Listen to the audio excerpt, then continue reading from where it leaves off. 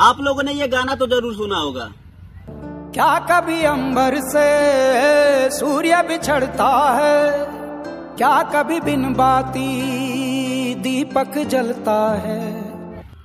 बहुत ही ज्यादा ट्रेंडिंग में था, तो इसी गाने को मैं भोजपुरी में कन्वर्ट किया हूँ और अपने स्केल में गाऊंगा, अपने आवाज में गाऊंगा। अगर अच्छा लगे तो फॉलो करना, लाइक करना, शेयर करना, कमेंट करना।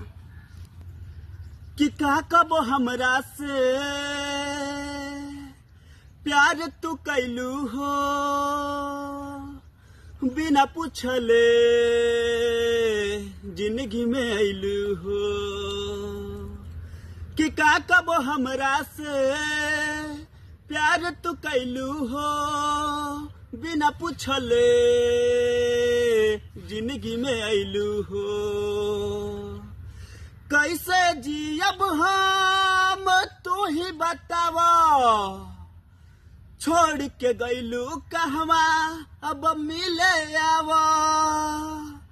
जी नहीं पाइब हम मर जाइब, हो के जुदाई अब रह नहीं पाइब जान।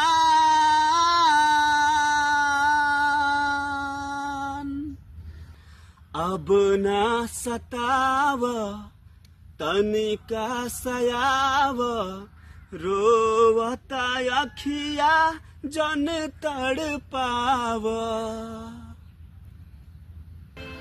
अगर गाना पसंद आए तो फॉलो करना, लाइक करना, शेयर करना। ऐसे वीडियो लाते रहेंगे हम। Love you.